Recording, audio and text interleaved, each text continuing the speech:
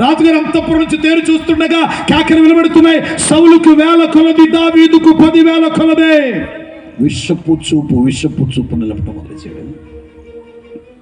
నేను ఒక మాట చెప్తున్నాను, దావీదును అంత కఠినమైన పరిస్థితుల్లో గెలిపించింది రథమా, గుర్రమా, తన సామర్థ్యమా, తన ఐశ్వర్యమా?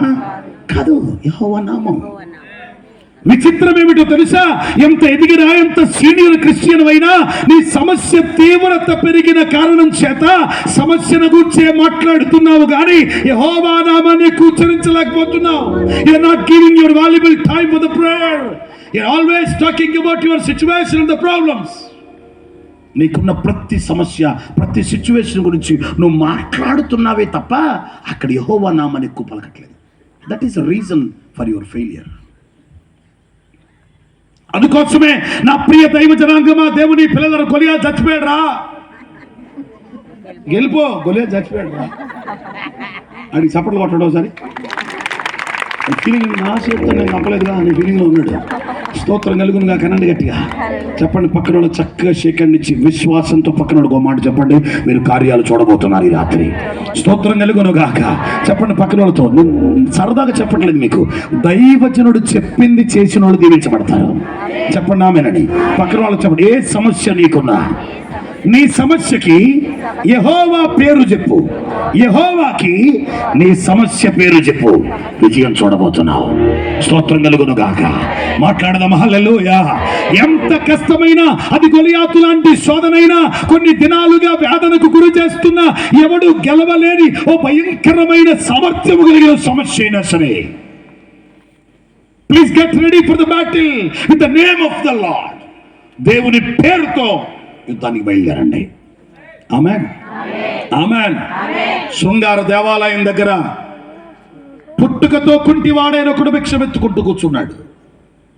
అందరూ వస్తున్నారు దేవాలయానికి, అందరినీ భిక్షం అడుగుతున్నాడు. అందరూ ఏమంటున్నారు తెలుసా? చిల్లర లేదు అంటున్నారు. ఏం లేదంటున్నారు ఇంకొంచెం గట్టిగా. ఇప్పుడు ఒక ఇద్దరు వస్తున్నారు. ఆ ఇద్దరు పేతురు, యోహానులు.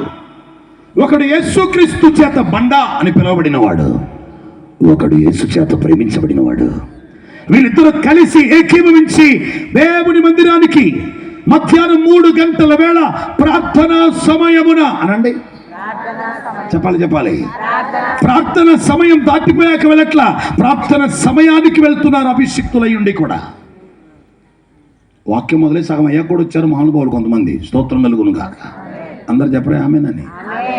వారు అభిషిక్తులైనా, సేవకులైనా, వాడబడుతున్న వారైనా మధ్యాహ్నం 3 గంటల వేళ ప్రార్థనా సమయమున వారు దేవాలయమునకు ఎక్కి వెళ్ళుచుండగా పుట్టుకతో కుంటివాడైన ఒకడు అడుగుతున్నాడు, అయ్యా అయ్యా అయ్యా భిక్షమయ్యా, అయ్యా ధర్మం చేయయ్యా అని అడుగుతుంటే అందరూ ఏమంటారండి? మీ దగ్గరికి బిచ్చగాడు వచ్చి అడిగితే ఏమంటావు నువ్వు?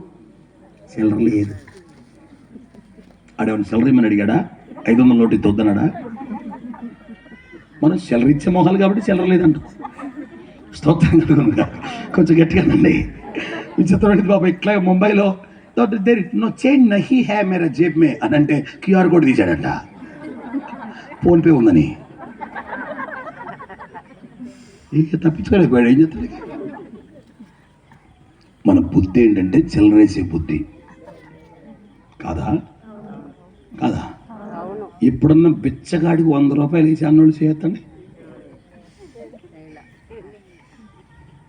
ఏజయ్యా మా ఇంటికి రావా అంటావు, మళ్ళీ అక్కడి నుంచి వస్తాడు. దరిద్రుని దోచుకోవద్దు అనందు కదా వాక్యంలో. అవునా? రిలయన్స్ మార్ట్కి వెళ్ళి బేరం ఆడతావా? ఆడితే ఆడతాను, లేకపోతే లేదని చెప్పాడు. చూడ మాకు దయ్యం పట్టినట్టు. మా సంఘంలో ఎట్లన్నా ఎవరన్నా అట్లా ఉలుకు పలుకు లేకుండా ఉంటే ఇంతమందిని కలిసి వెళ్ళి బైబిల్ నెత్తిమే పెట్టి నీ పేరేంటి చెప్పంటాం. దెబ్బకు బనేది పట్టింది నీకు లేనిపోను గోల. ఇప్పుడు మేమంతా వచ్చి 10 మంది బైబిల్ వచ్చి తీసుకొచ్చి నెత్తిమే పెట్టి నీ పేరేంటి చెప్పి, నీకు దెయ్యం లేకపోయినా వాళ్ళందరూ నీకు వెళ్ళి చూసి దూరం జరుగుతుంటే నువ్వు బిత్ర చూపులు చూస్తే నిజంగా దెయ్యం ఉందన్నమాట.